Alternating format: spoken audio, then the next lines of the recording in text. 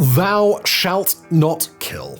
Everybody knows this famous dictum, though perhaps not everyone is aware of its origins. It's a moral imperative, it's one of the Bible's 10 commandments, and this is why the Catholic Church has never stood in favor of any kind of capital punishment and has stood firm on the position that killing is not justifiable under any circumstances, and it's been that way for centuries.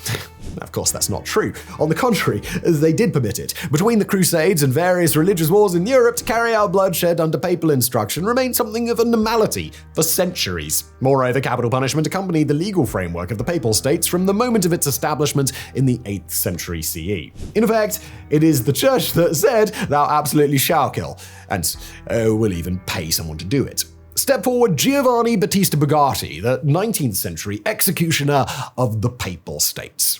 Now, the Papal States were the territory into which the Pope's executioner was born in the late 18th century, and the state which he served loyally throughout his long career. The possessions of the papacy comprised regions of central Italy over which the Pope had sovereignty from 756 to 1870, with some breaks due to various occupations and such. These included the regions of Umbria, Marche, Emilia-Romagna, and Lazio, site of the state capital, Rome.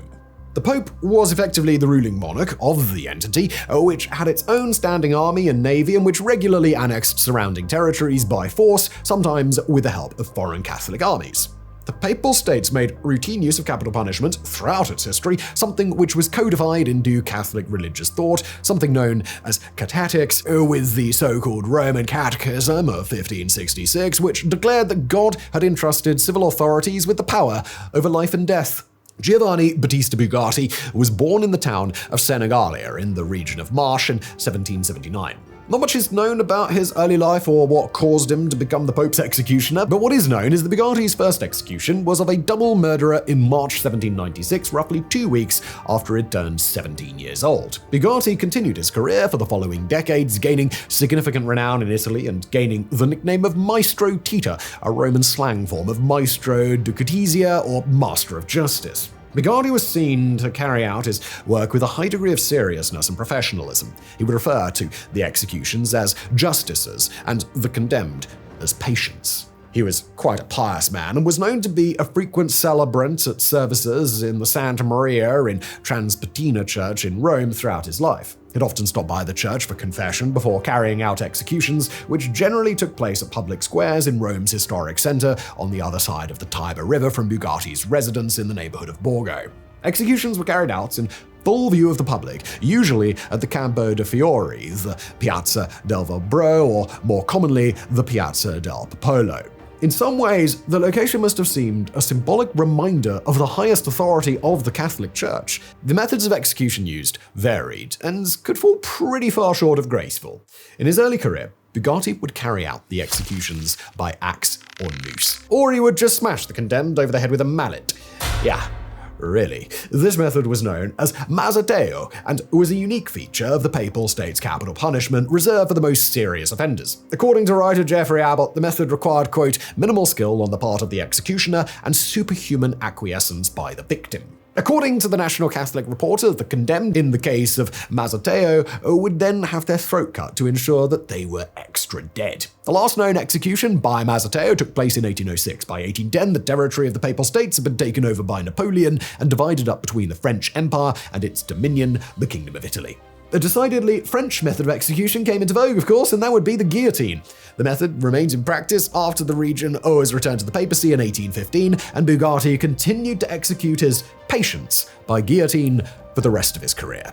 Naturally, Bugatti's profession was rather messy work, and his scarlet executioner's robes would sometimes be adorned with splashes of blood from the condemned.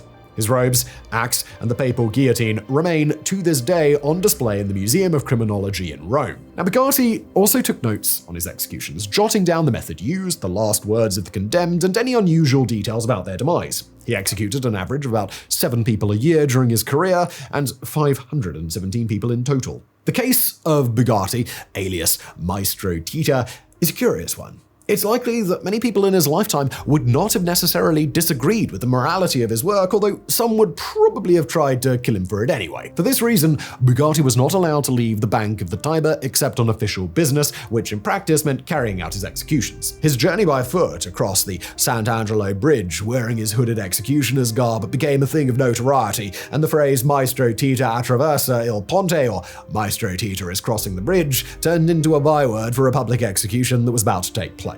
Despite his notoriety, Bugatti continued his career for a total of 68 years before dying peacefully at the grand old age of 90 in 1869. A long life, even today, so a hell of a long life 200 years ago. Between executions, Bugatti lived a quiet life with his wife Mariana and sold drawings and colourful umbrellas to tourists. Incredibly, despite his age, the old man continued chopping off heads until the age of 85. This is perhaps relatable to the aphorism, if you love your work, you'll never work a day in your life. Maestro Tita was eventually sent off to retirement by Pope Pius IX with a pension of 30 Papal States scudi, a generous living at the time. During his long life, Bugatti outlived the pontificates of no less than 6 popes in addition to a 1-year period of interregnum, when there was no pope at all. He began his career under Pope Pius VI and concluded it under Pope Pius IX. He almost outlived the state he served, since the Papal States dissolved 1 year after his death and became part of the independent Kingdom of Italy in 1870. As mentioned, Maestro Tita executed 517 people throughout his 7-decade career as chief executioner.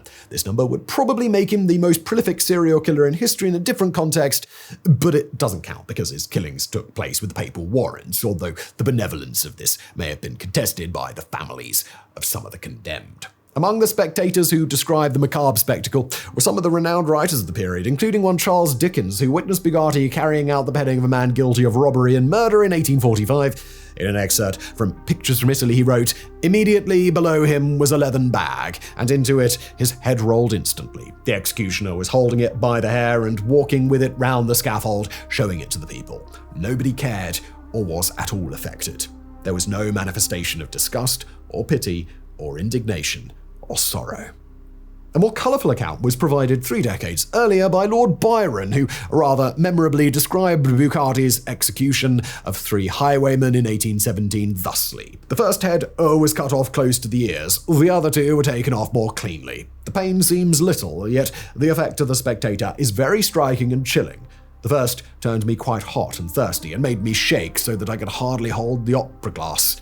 In the years following Bugatti's death, capital punishment became largely obsolete in Italy, before being outright banned in 1889. In fact, capital punishment had already been abolished in the Duchy of Tuscany, which bordered the Papal States, a few years before Bugatti began his career. In doing so, Tuscany became the first modern state in the world to ban the practice, although it was reintroduced in 1790, and even the unified state of Italy re-embraced capital punishment under Benito Mussolini in 1926. The death penalty was finally outlawed in Italy for good in 1948, although polls in Italy have shown that the public remains almost evenly divided on its justifiability until this day. Capital punishment in the Papal States lasted exactly as long as the state itself, and the Church didn't really show any particular proclivity toward ending the practice until much later.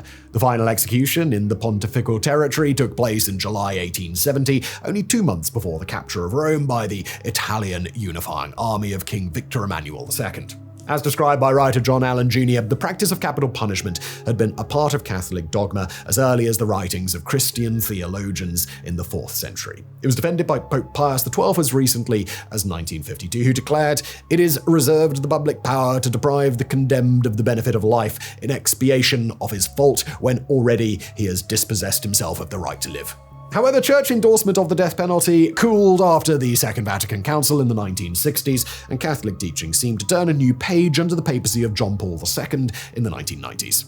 In the 21st century, Pope Francis announced that capital punishment had never actually been permissible, and he altered modified Catholic religious code to belay this fact. A 2018 rewriting of the Catechism of the Catholic Church declared, "The death penalty is inadmissible because it is an attack on the inviolability and dignity of the person." Pope Francis has since declared that there could be no stepping back from this position, and the Catholic Church was committed to the complete abolition of the death penalty worldwide. And that's where we end today's episode. Thank you for watching.